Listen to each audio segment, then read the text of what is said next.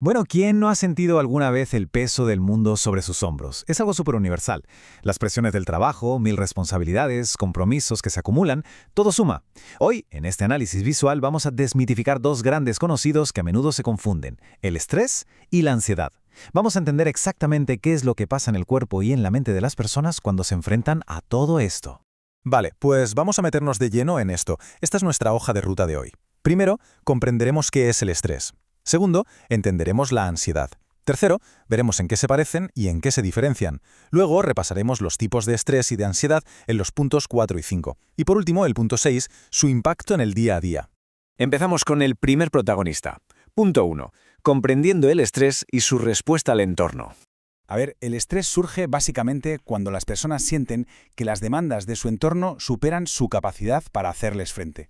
Y ojo aquí, porque la respuesta no es solo mental, es física, mental y emocional. Es todo el paquete. Podemos imaginar el estrés como el sistema de alarma de un edificio que salta porque hay un incendio real y presente en ese mismo instante. Esa alarma es el organismo preparándose para actuar ante una presión inminente. Y es una respuesta completamente natural. Al ver sus características notamos que causa cambios físicos muy evidentes, como la típica tensión muscular en el cuello o un ritmo cardíaco acelerado.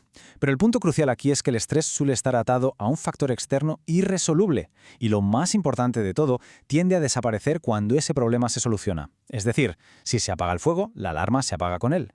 Pasamos ahora al segundo gran concepto, punto 2, entendiendo la ansiedad y esa famosa respuesta anticipatoria. Entonces, ¿qué es la ansiedad? Pues es un estado de inquietud o miedo, pero anticipado.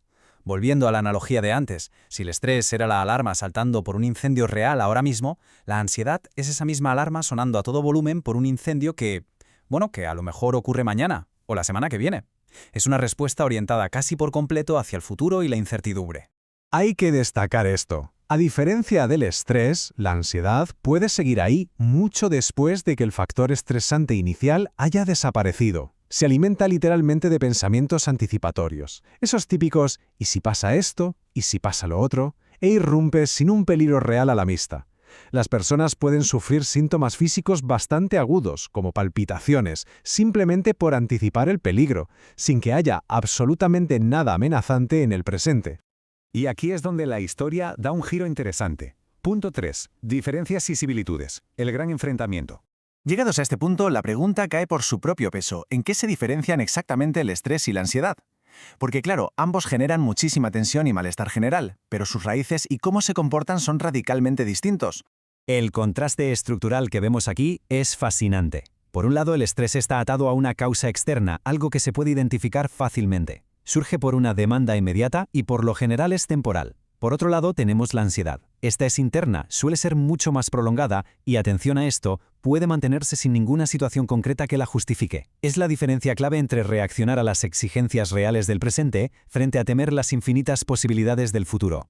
De hecho, merece la pena detenerse en esta frase, porque es oro puro. El estrés tiene una causa identificable. La ansiedad puede mantenerse sin ella. Comprender bien esta distinción es absolutamente fundamental para saber qué está experimentando alguien en pleno momento de crisis emocional o física. Pero claro, ni el estrés ni la ansiedad son iguales para todo el mundo. Vamos a profundizar un poco más en los matices. Punto 4. Clasificación del estrés según su duración y efecto.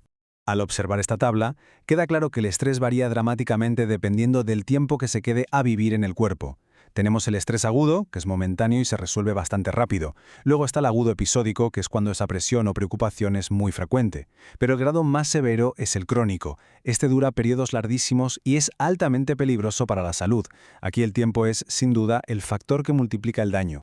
Y esto ilustra a la perfección que, curiosamente, el estrés no siempre es el malo de la película. A ver, existe un estrés positivo que motiva, que da esa energía extra necesaria para superar retos que son alcanzables. Pero por el contrario, el estrés negativo es ese que sobrepasa todos los recursos de una persona, generando un malestar totalmente incontrolable. Al final, la clave de todo esto reside en la intensidad y en cuánto control se percibe tener sobre la situación. Visto el estrés, cambiamos de tercio. Punto 5. Tipos de ansiedad, sus síntomas y desencadenantes. Es un error súper común pensar que la ansiedad está solo en la cabeza. Para nada. Se manifiesta en tres frentes clarísimos. La ansiedad cognitiva, que es la que está dominada por pensamientos negativos y miedo constante.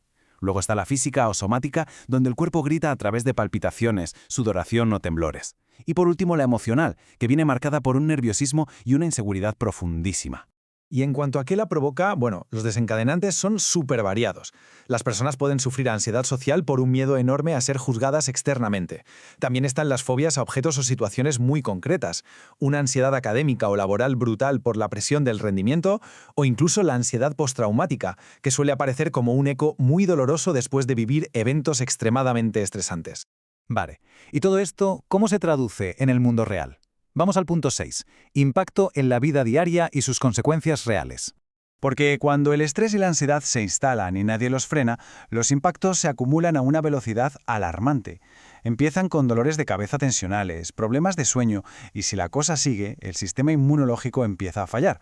A nivel de conducta, la irritabilidad y la falta de concentración se vuelven el pan de cada día, culminando en muchos casos en un deterioro de las relaciones y un aislamiento social muy triste. Es un desequilibrio de todo el sistema.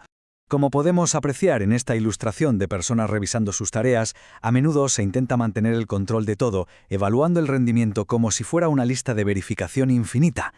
Pero claro, bajo el peso de un estrés o una ansiedad inmanejable, la toma de decisiones se nubla por completo. La productividad cae en picado y completar la tarea más sencilla requiere literalmente un esfuerzo monumental. Y con esto llegamos a una reflexión final súper importante.